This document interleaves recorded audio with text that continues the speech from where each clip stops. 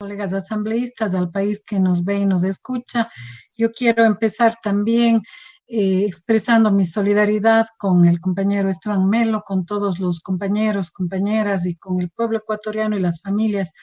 que siguen perdiendo a sus familiares, a sus seres queridos en esta pandemia, que nos obliga también a poner lo mejor de nosotros en la Asamblea para ofrecer soluciones reales a esta gravísima situación. En relación a esta ley, yo creo que ya se han dicho temas muy importantes y quiero retomar lo que algunos asambleístas han señalado, que es fundamental clarificar y poner de una manera nítida el objetivo de la ley. Si el objetivo de la ley, como ha señalado uno de los miembros de la comisión, el compañero Diego García, autor de un informe de minoría, es el de involucrar de una manera más decidida, con competencias mayores y claras, a los gobiernos locales en la prevención del uso de las drogas y el microtráfico, entonces es evidente que tiene que quitarse en esta ley todo aquello que se oriente a aspectos punitivos, a aspectos de vigilancia, de sanción, de castigo, precisamente reñidos con el artículo constitucional que señala que las adicciones son un problema de salud pública y tienen que tratarse no con la represión, sino con la prevención y con el tratamiento del sistema de salud pública. Entonces, en ese sentido, creo, presidente, que el esfuerzo que el presidente de la comisión tiene que realizar es el de clarificar el objetivo de esta ley y su articulado para que no sea confuso y alcance el objetivo. Todos queremos aportar en esta ley y en las propuestas que sean necesarias a la prevención del uso de las drogas, sobre todo con nuestros jóvenes. De ahí que yo insistiría en que la claridad de la ley esté determinada precisamente por el artículo 364 de la Constitución, pero además que tomemos en cuenta el artículo 39 de la Constitución, que señala claramente en relación al público objetivo de esta ley, que es fundamentalmente el de los jóvenes, lo que es la competencia y la obligación del Estado ecuatoriano. Y permítame señalar lo que este artículo señala en relación a lo que el Estado debe ofrecer a los jóvenes. El Estado debe ofrecerles políticas y programas, instituciones y recursos que aseguren de manera permanente el cumplimiento de sus derechos. Entre ellos, educación, salud, vivienda, recreación, deporte, tiempo libre, libertad de expresión y de asociación. Es decir, esta debería ser la guía en términos de prevención. De ahí que yo quiero referirme básicamente a dos aportes a esta ley en la línea de lo que se está discutiendo. Si el objetivo, como se ha señalado, es comprometer a los gobiernos locales de una manera más activa en la prevención del uso de drogas, quiero insistirle, colega Yepes, en que yo he presentado a la Comisión de GATS, está calificado, una propuesta de reforma que bien vale sea integrada también en este momento en relación a que se interprete y se aplique de manera más clara el artículo 264, donde señala que los gobiernos municipales tendrán, entre otras competencias exclusivas, numeral 7, planificar, construir y mantener la infraestructura física y los equipamientos de salud y de educación, así como los equipamientos públicos destinados al desarrollo social, al desarrollo cultural y deportivo, de acuerdo con la ley. Es decir, ya existe la competencia constitucional de los gobiernos municipales para la infraestructura de los equipamientos de salud, de desarrollo social, cultural y deportivo. De modo que este artículo tiene que ser involucrado, tiene que ser considerado en esta propuesta de ley. ¿Para qué? Para que los gobiernos locales no se les coloque con el término podrán. Eso no es coherente en términos de técnica legislativa, como aquí bien ya se ha dicho, sugerencias, sino la ley tiene que ser mandatoria. Deberán,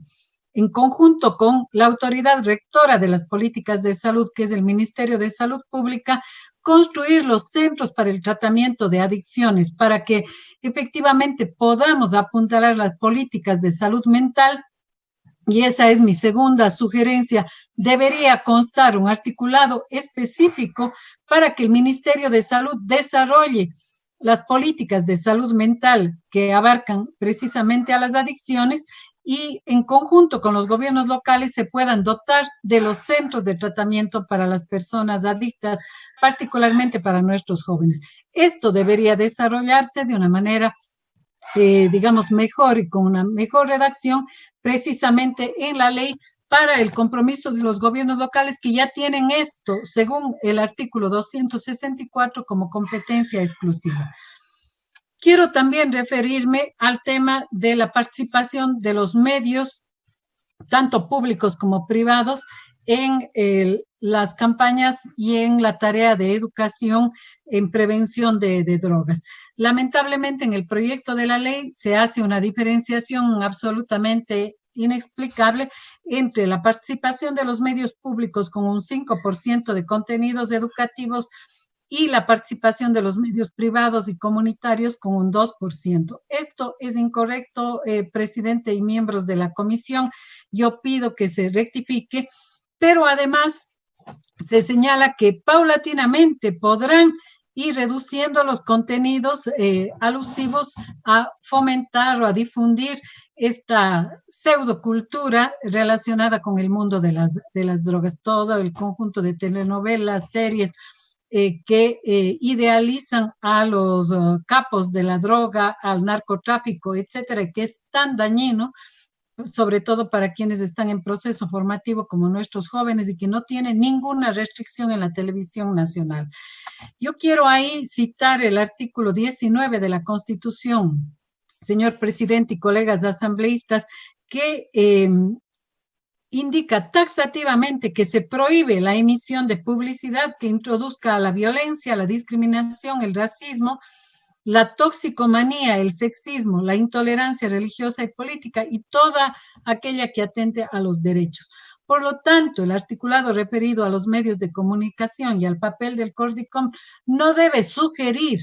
una disminución paulatina de estos contenidos, sino definitivamente prohibir la emisión de todo lo que aliente la toxicomanía y que aliente los contenidos que inducen a la violencia y atentan a los derechos, particularmente al derecho a la salud mental, como es en este caso promoviendo las adicciones. No se debe sugerir una reducción paulatina, sino se debe definitivamente prohibir cualquier fomento a estas conductas que estamos justamente lamentando. En este sentido, presidente, quería plantear estos dos aportes, señalar que la mayor prevención y papel que pueden los gobiernos locales hacer en estos términos es sumarse a la contribución junto con el Ministerio de Salud de la creación de los centros para tratar como un tema de salud pública, de salud mental, las adicciones y en segundo lugar, reformar aquello que tiene que ver con los medios de comunicación para que sea una participación equitativa de los tres formas de medios que existen en el país, comunitarios, privados y públicos, en igualdad de condiciones y establecer con absoluta claridad la prohibición de programas y publicidad que fomente la toxicomanía, como señala la Constitución. Esos mis aportes, presidente. Concluyo la asambleísta Doris Solís, asambleísta por la provincia de La Suay, solicitando la participación en un rango del 5% de los medios de comunicación públicos, privados y comunitarios en campañas educativas en este tema. Y por supuesto que se elimine también, dice ella, los programas que tienen que ver con el aliento al narcotráfico. Ya viene una nueva intervención. Creo que se